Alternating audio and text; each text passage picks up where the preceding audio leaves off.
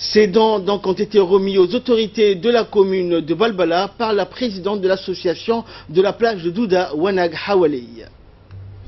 Et peu après ce don arrive celui de l'association des vendeurs de prêt-à-porter appelée communément Baadley, qui ont octroyé un don composé de lots de vêtements pour enfants et adultes. Un geste exemplaire de solidarité pour tous les commerçants et citoyens djiboutiens. Un des vendeurs de prêt-à-porter, Baadley, a indiqué que c'est un devoir d'aider ses concitoyens en détresse. Autre don à citer en exemple, celui de l'association des femmes de Hayabley qui se sont mobilisées pour remettre un don composé de vivres et de couvertures aux sinistrés de ces incendies.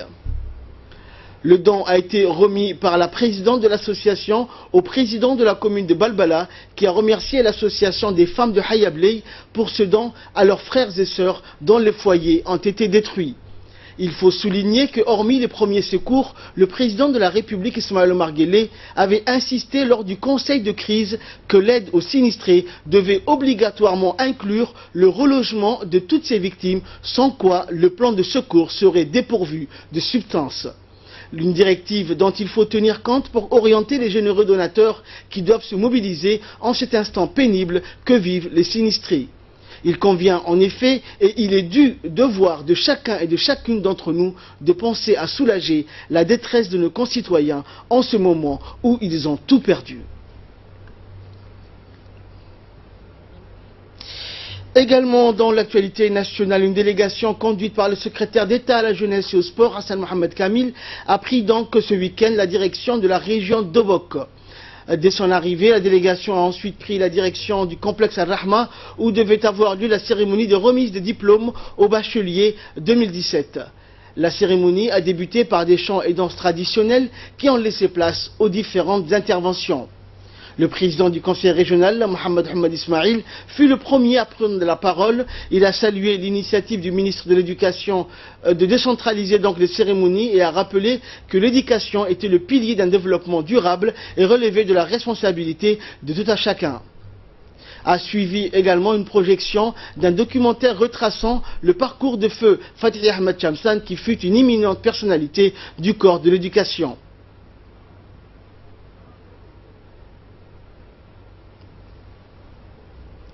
Le préfet adjoint, donc Ali Maki, a ensuite pris place au pupitre et qui a également mis l'accent sur l'importance de l'éducation et le rôle des parents. La parole fut ensuite donnée à mademoiselle Moumina Hassan, majeure de cette promotion aubokoise, qui a remercié ses parents, ses professeurs et son entourage pour avoir participé à sa réussite. Le conseiller technique du MENFOP, Mohamed Salah Lassé, qui après avoir rappelé l'importance de l'éducation, a précisé à l'Assemblée qu'en plus de décentraliser les cérémonies, son ministère avait également apporté une particularité au diplôme, c'est d'y avoir scellé un système d'authenticité numérique. Également, une hausse de 15% a été enregistrée sur le taux de réussite par rapport à l'année dernière. Enfin, le moment le plus attendu de la soirée de la cérémonie arriva, celle de remise de diplôme aux lauréats par ordre de mérite. En plus de leur diplôme, les bacheliers ont reçu des ordinateurs portables pour ceux du premier tour, des tablettes avec pochette et un anti-casse pour ceux du second tour. Le secrétaire d'État a également prévu des tablettes pour les lauréats du BEPC ainsi que les gagnants du concours national organisé pour les écoles primaires. Et par la suite, ce fut au tour du président du conseil régional, Mohamed Hamad Ismail, et du conseil technique du ministère de l'Éducation nationale de prendre la parole. Ils se sont exprimés et ont remercié le ministère de l'Éducation d'avoir décentralisé la cérémonie de remise des diplômes. Nous les écoutons.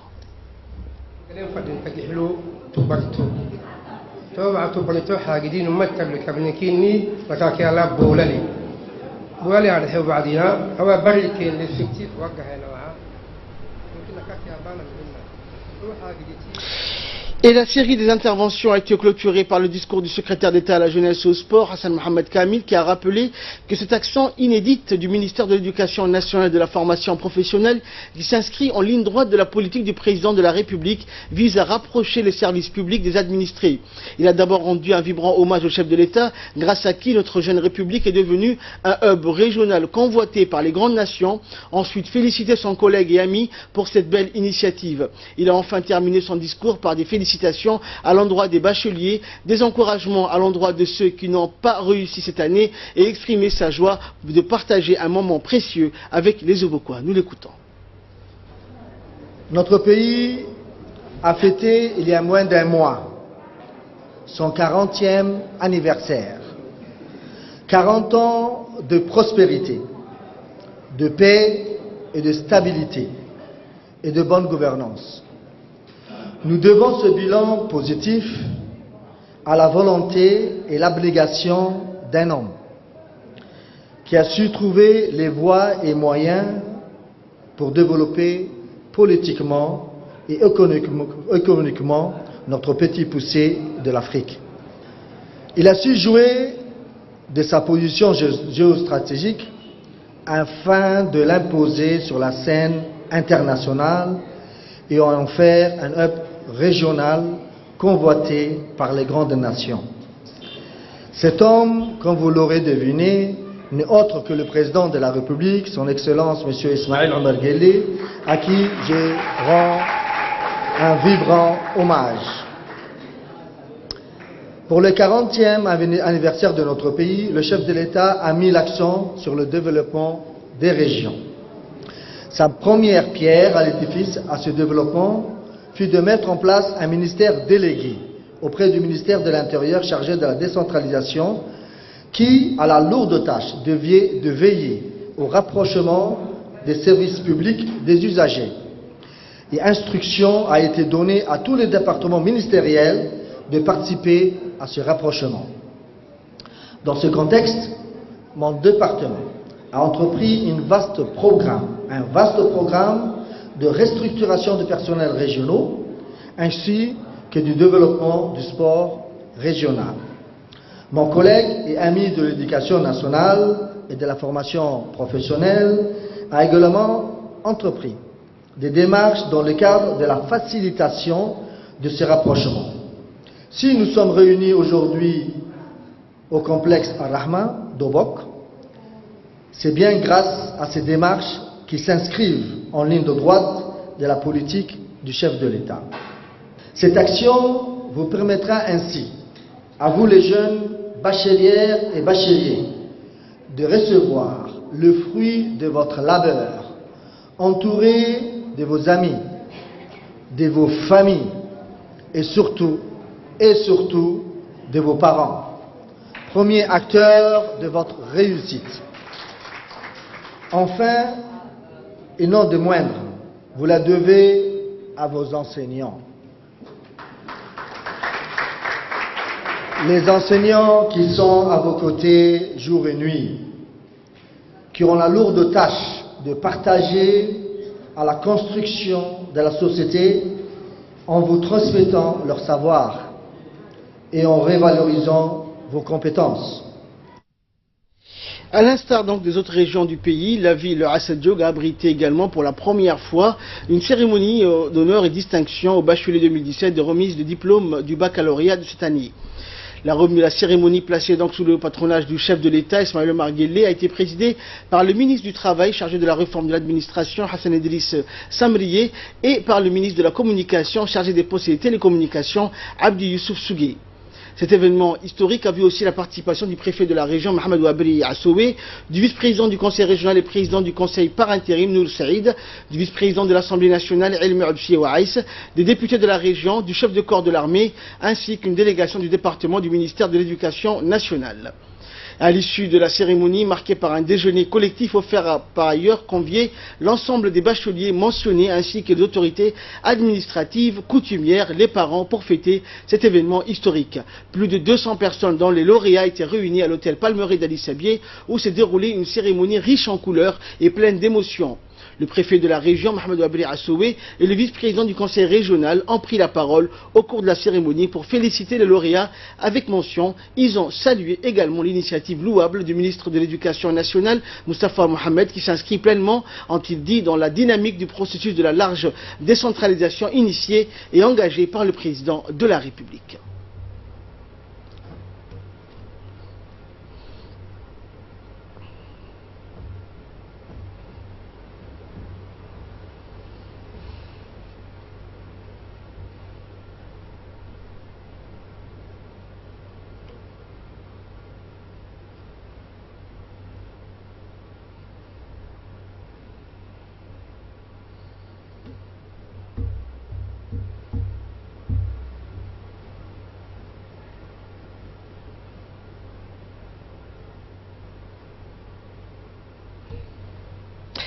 Et à présent, nous proposons d'écouter les interventions des membres du gouvernement présents à cette cérémonie, notamment le ministre du Travail, Hassan Idriss Sambrié, et le ministre de la Communication, chargé des Postes et des Télécommunications, Abdi Youssouf Sougué. Ils se sont tous deux félicités de prendre part à cette importante cérémonie de remise de diplômes dans la ville d'Ali Sabieh. Nous les écoutons.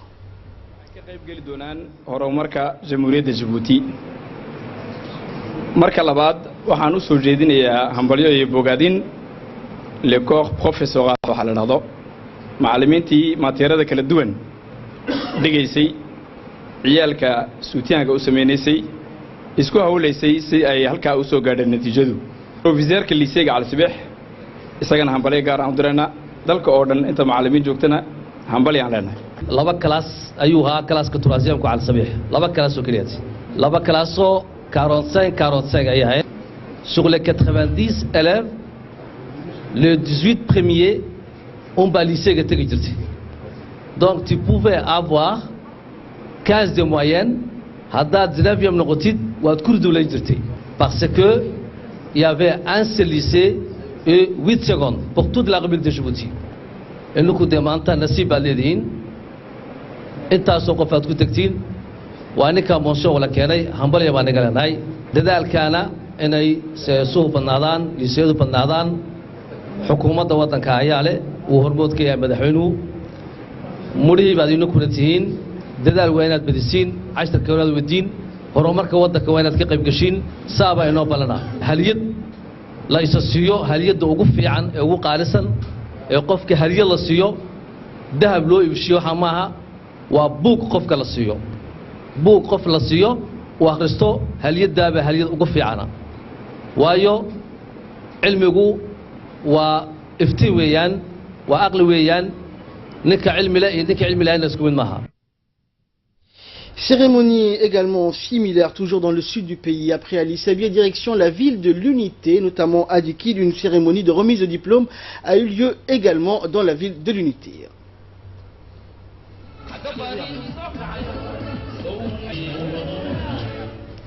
Cette cérémonie placée sous le patronage du président de la République Ismaël Omar Guelleh a vu la participation du ministre du Commerce Hassan Hamad, également du préfet de la région Mohamed Cheikh Hassan et du président du conseil régional Abdurrahman Yonis Arrey.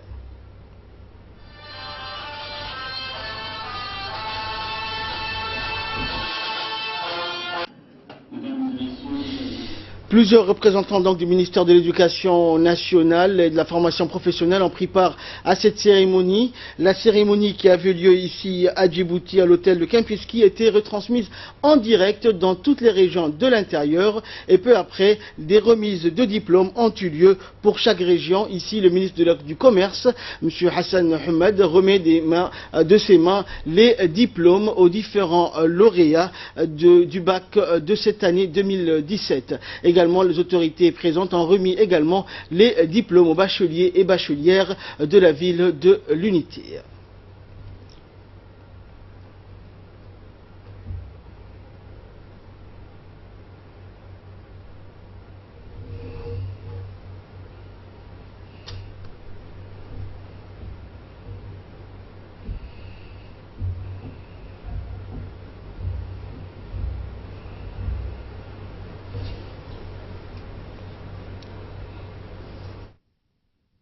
Parmi vous, pour manifester ma joie, bien sûr, mais aussi celle de mes parents, du proviseur de notre cher lycée et de tous les Diculois et Diculoises. J'ai, avec mes autres camarades du lycée, réussi ces bacs. Cette réussite, fruit de notre travail, celui de la réforme éducative mise en place par le ministère de l'Éducation et par la volonté de notre président de la République, Excellence M. Ismaël Omar Guelleh, qui s'est donné tant de soucis pour améliorer la qualité de nos apprentissages. J'ajoute à citer aussi l'effort que ma mère et mon père ont mobilisé depuis mon bas âge pour faire de moi ce que je suis aujourd'hui. La 5e de la série L de la République de Djibouti et la première de notre région dédiée.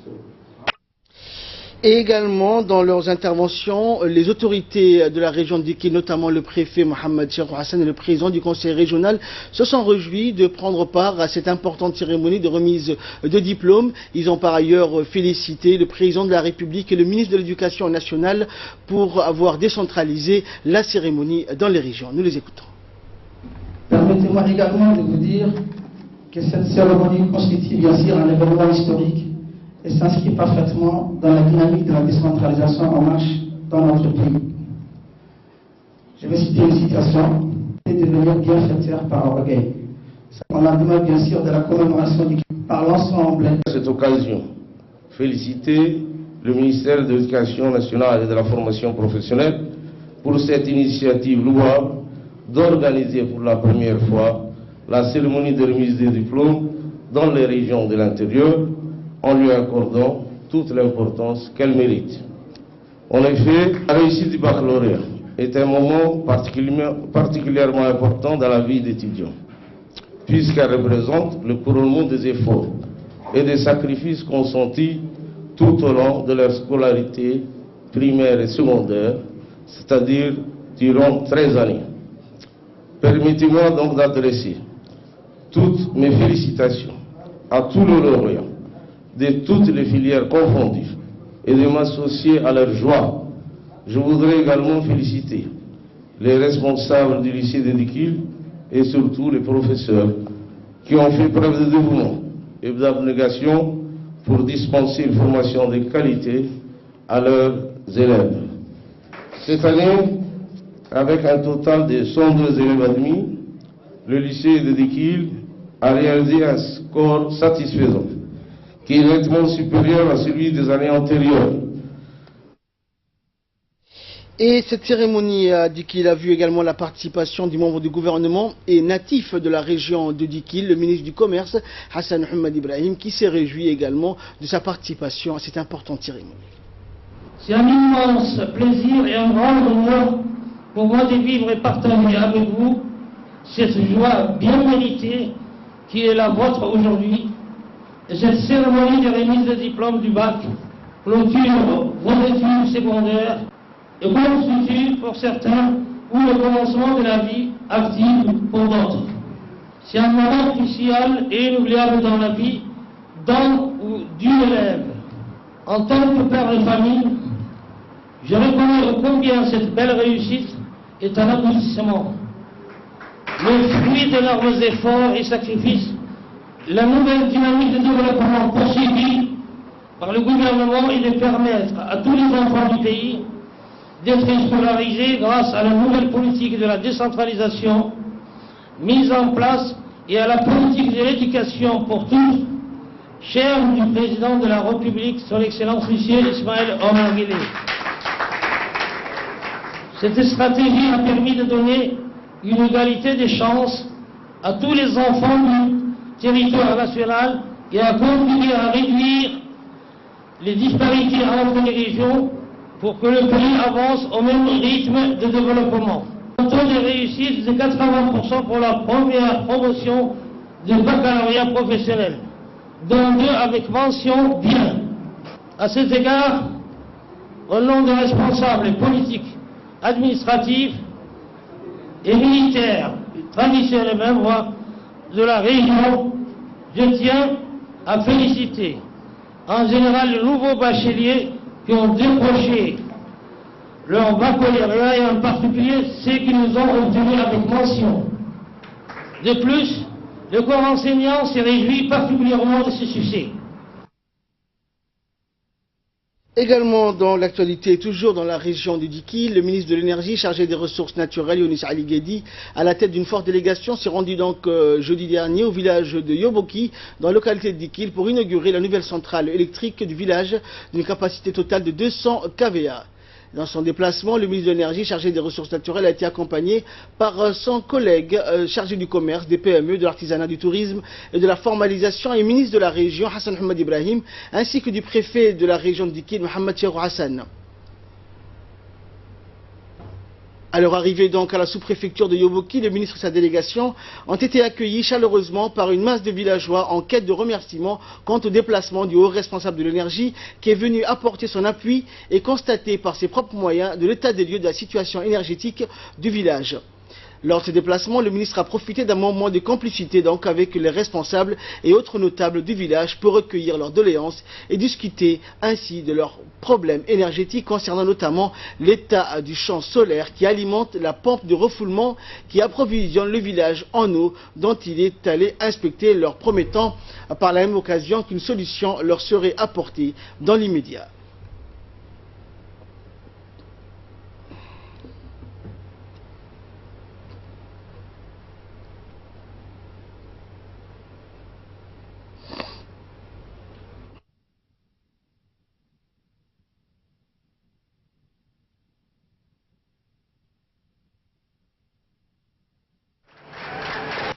Pour les efforts louables qu'ils ont consacrés pour l'installation de ce groupe électrogène, en particulier le ministre de l'Énergie et le gouvernement, et à la tête duquel se trouve le président de la République, son Excellence Ismaël Omar Guelleh, qui n'a pas ménagé ses efforts pour que le village de Yoboki puisse trouver l'électricité. Vous savez très bien que le groupe précédent était tombé en panne. Donc nous remercions au nom de la population de Yoboki l'ensemble du gouvernement et surtout le président de la République pour ses efforts louables et nous demandons à la population de prendre soin des matériels qui leur a été installés. J'aimerais aussi adresser mes vives remerciements au directeur de l'EDD qui nous a offert aussi de lampadaires pour l'éclairage public qui seront installés incessamment. Merci donc, monsieur le ministre. Et la mission du ministre s'inscrit pleinement dans les efforts du gouvernement dans la lutte contre la précarité énergétique qui constitue un enjeu majeur de la politique de développement durable menée par le gouvernement ces dernières années. Le ministre a par ailleurs souligné dans son intervention que son département restait à l'écoute des besoins énergétiques du village et apporterait une solution durable dans un proche avenir pour augmenter ainsi la capacité de production électrique du village grâce à l'énergie solaire, reproduisant ainsi l'expérience fructueuse des centrales solaires des villages de Adaïlou et de Ali Adé. Nous l'écoutons.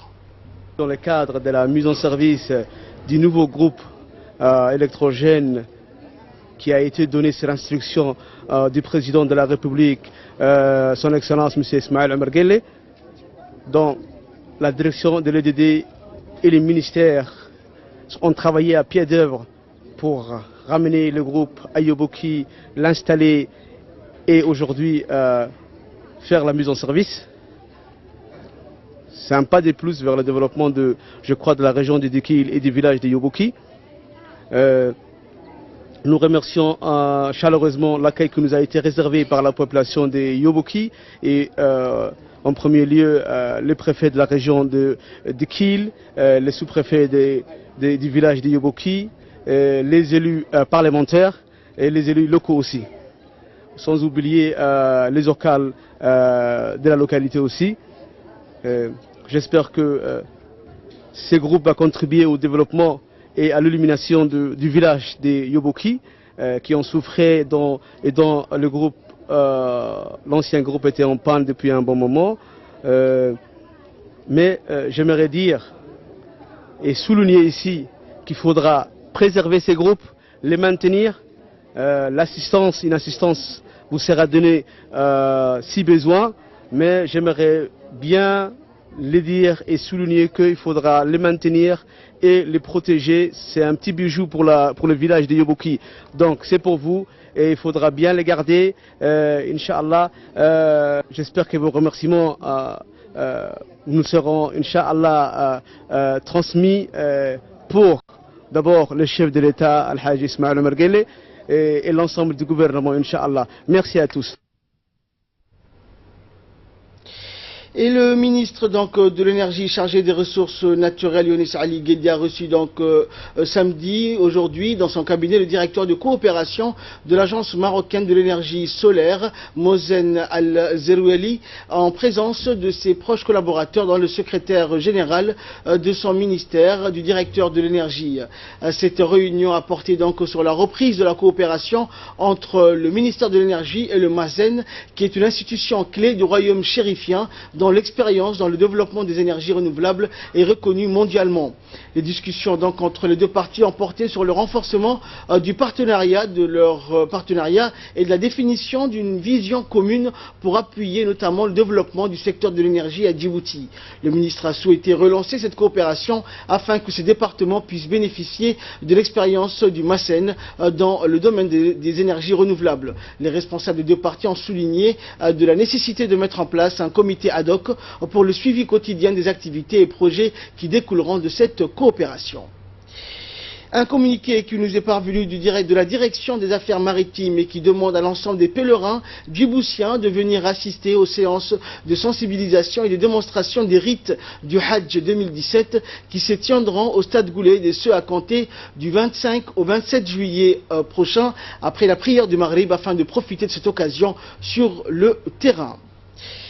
Sport à présent, la 8e édition des Jeux de la francophonie qui se déroule à Abidjan, en Côte d'Ivoire, a officiellement été ouverte par le président de la République ivoirienne, Alassane Ouattara, en présence donc des chefs d'État Nana Akufo-Addo du Ghana et Ibrahim Boubacar Keïta du Mali, Faure Ezonimo Gnassingbé du Togo et de Michael Jean, secrétaire général de la francophonie. Le stade de Félix Houphouët-Boigny a abrité donc hier la cérémonie officielle des 8e Jeux de la francophonie, un podium bleu dressé sur la pelouse, des délégations qui défilent devant chefs d'État et spectateurs. La cérémonie donc d'ouverture des 8e Jeux de la francophonie avait l'allure des grandes cérémonies olympiques. Médaillée de bronze olympique à Rio en 2016, l'Ivoirienne Ruth Gbabi a ouvert le défilé. Elle était suivie par les représentants d'une 50aine de pays, 4000 athlètes en tout. Et dans le discours officiel, Mogre Mambé, ministre auprès du président de la République chargé de l'organisation des Jeux de la francophonie, a souhaité la cordiale bienvenue aux différentes délégations. La jeunesse est l'oxygène de nos actions, a martelé le ministre. Pour lui, les Jeux de la francophonie offrent une occasion unique aux Jeux francophones de se rencontrer à travers le sport et la langue française. Michael Jean, secrétaire général de la francophonie, de son côté, évoquait la force de la francophonie et de la langue, nous démontrant que la langue française est un véritable trait d'union, avant d'ajouter que les Jeux de la francophonie étaient d'aimer vivre ensemble. Avant de déclarer officiellement ouverts les 8e Jeux de la francophonie, le président de la République ivoirienne, Alassane Ouattara, a salué les efforts de tous ceux qui ont contribué à la réussite des Jeux. Et selon le président ivoirien, également, la francophonie représente une force politique, culturelle et sociale qu'il faut préserver. Le Jeu de la francophonie nous montre, a-t-il dit, qu'à travers le sport, nous devons prendre conscience de l'atout qu'offre la francophonie. Ainsi, pour Alassane Ouattara, nous devons faire en sorte que les Jeux soient une occasion de nous rappeler de ce qui nous unit. Les 8e Jeux de la francophonie se déroulent du 21 au 30 juillet 2017 à Abidjan, la capitale ivoirienne. Et la cérémonie donc officielle d'ouverture du village de la francophonie s'est également déroulée en présence du ministre auprès du président de la République ivoirienne chargé des 8e Jeux de la francophonie, Robert Mogre Mambé, du ministre de la Culture de la francophonie, Maurice Bandama, et de l'administrateur de l'Organisation internationale de la francophonie. La construction de ce joyau n'a pas été un long fleuve tranquille pour le vice-président ivoirien après l'abandon de la première option de loger les athlètes et artistes au camp universitaire de Cocody. Cette option de Cocody a été abandonnée pour diverses raisons, notamment sur le doute de la capacité de notre pays à organiser cette grande manifestation, a-t-il fait valoir. Mais pour Daniel Kablan-Duncan, cela a permis à la Côte d'Ivoire de démontrer qu'elle avait les ressources humaines et techniques pour relever les défis de la construction du village dont les travaux ont été lancés en septembre 2016. Le village Akwaba, dont les clés ont été remis à l'administrateur de l'Organisation internationale de la francophonie, Adama One, compte 33 bâtiments R2, un restaurant de 2000 places, des salles polyvalentes où répètent les athlètes et artistes, des espaces verts pour ne citer que cela. Parti de presque rien, nous voici réunis autour de ce joyau que représente le village Akwaba, qui marque un signe d'aboutissement d'un projet intégré. Pour lui, le président de la République ivoirienne, Alassane Ouattara, a réuni toutes les conditions nécessaires matérielles pour la réussite de la 8e édition des Jeux de la francophonie qui se sont ouverts donc hier à Abidjan, la capitale économique de la Côte d'Ivoire.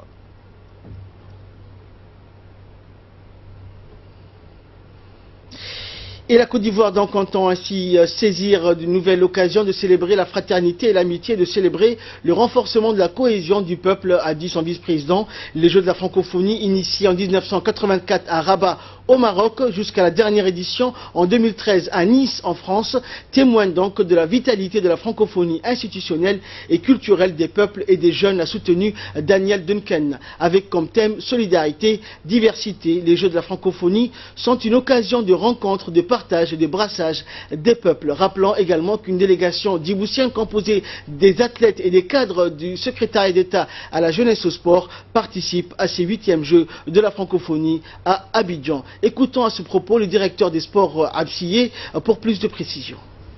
D'un point de vue organisation, l'organisation c'est vraiment parfait. Je félicite le comité d'organisation, le peuple ivoirien et aussi le gouvernement ivoirien d'avoir mis en place et de mobiliser autant de monde pour que l'organisation se passe très bien. Donc honnêtement, je suis très impressionné. Accueillir tous ces mondes, héberger tous ces mondes et faciliter la préparation des Jeux à tous ces mondes, ce n'est pas facile. Donc d'un point de vue, pour un début, c'est très bon. Donc j'espère que les choses vont se dérouler ainsi. En tout cas, l'INJS et le pays a beaucoup changé, en bien. Donc je pense retrouver aussi mes anciens gars de ma promotion. Et donc au niveau des performances ici, nous allons essayer d'avoir des médailles, même si nos meilleurs ne sont pas là pour cause de championnat du monde, puisque les championnats du monde de Londres auront lieu bientôt. Mais nous allons essayer de remporter au moins des médailles, parce que ce sont des jeunes vraiment talentueux. Nous espérons qu'ils allont avoir des médailles au niveau de l'athlétisme. Et de là, nous passons à l'actualité internationale. Nous vous l'annoncions en début de cette édition, l'escalade des tensions autour de l'esplanade des mosquées. Un nouvel épisode de violence s'est déroulé donc hier à Jérusalem et en Cisjordanie. 3 Israéliens ont été tués dans une colonie au nord-ouest de Ramallah lors d'une attaque au couteau. Un Palestinien a été abattu par l'armée israélienne donc hier après des heurts à Jérusalem-Est, tout comme 2 autres hommes, mais les circonstances de leur mort n'ont pas été précisées. Dans plusieurs quartiers de la ville sainte, les manifestations qui ont tourné à l'affrontement auraient fait plusieurs centaines de blessés selon le Croissant Rouge. Depuis une semaine, les tensions sont vives. Après l'interdiction de l'accès à l'esplanade des mosquées aux hommes de moins de 50 ans et la mise en place des détecteurs de métaux à l'entrée du site, une décision intervenue après la mort de 2 policiers attaqués dans la vieille ville. Hier, vendredi, le président de l'autorité palestinienne Mahmoud Abbas a annoncé un gel des contacts avec Israël tant que ces mesures ne feraient pas l'objet d'une annulation. Et c'est ainsi que prend fin cette édition. Merci à vous de nous avoir suivis. Restez avec nous. Nous nous retrouvons pour le focus de l'après-midi dans quelques instants.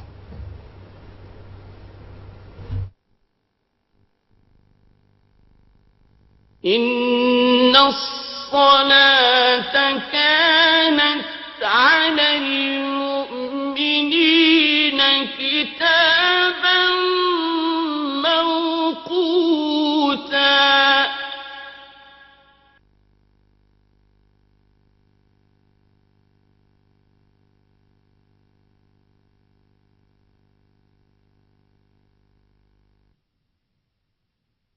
الله أكبر الله أكبر الله أكبر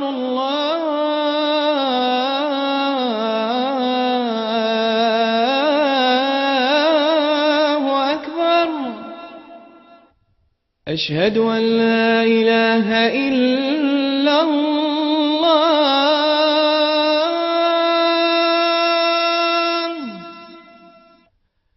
أشهد أن لا إله إلا الله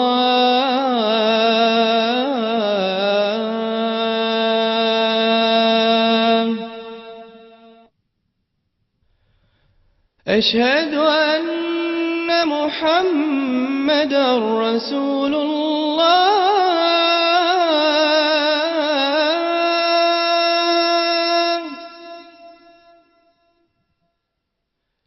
أشهد أن محمدًا رسول الله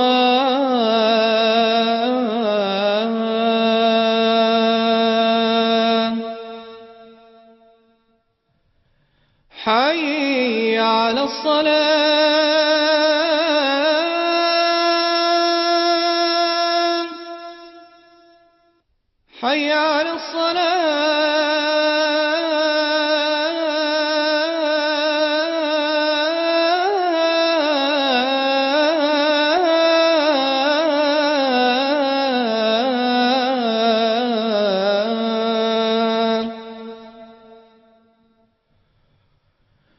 حي على الفلاح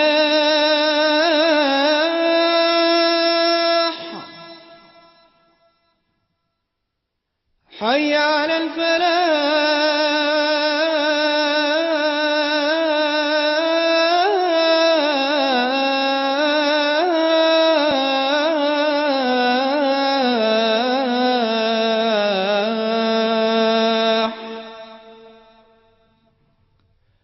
الله أكبر الله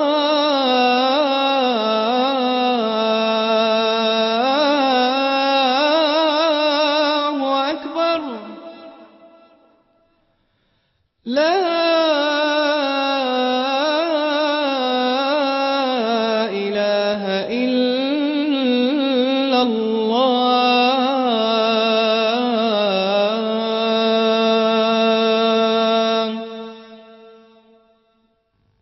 اللهم رب هذه الدعوة التامة والصلاة القائمة آت سيدنا محمدا الوسيلة والفضيلة وابعثه اللهم مقاما محمودا الذي وعدته إنك لا تخلف الميعاد.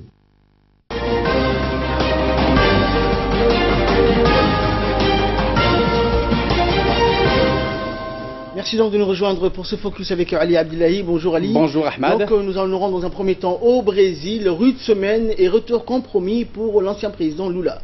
Eh bien donc Lula de Silva, comme on le surnomme, a une obsession, redevenir président du Brésil en 2018. Un retour compromis, vous l'avez dit, tant le chemin jusqu'au palais présidentiel est sémé d'embûches pour l'icône de la gauche, donc qui a suivi cette semaine une série de revers. Eh bien donc à 71 ans, Luiz Inácio Lula da Silva, ex-président du plus grand pays latino-américain en 2003 jusqu'à 2010, qui jouit d'une forte popularité, mais donc est tout aussi détesté et pris dans un labyrinthe qui pourrait le conduire à la case de la prison. Cette semaine, le jeune juge anticorruption Sergio Moro a ordonné le gel de 4 de ses comptes bancaires, de fonds donc de pension à hauteur de 2,5 millions d'euros et la saisie en grand de 3 de ses appartements dans le cadre d'une affaire de triplex dans une situation, dans une station balnéaire.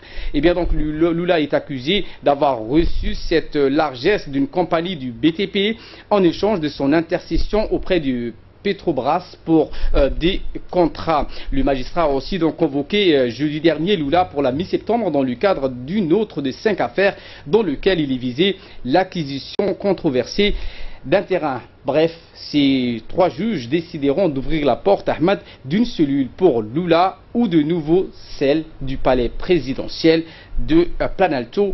Il a effectué donc 2 mandats. Et la Maison-Blanche donc exhorte l'Iran à libérer des détenus américains.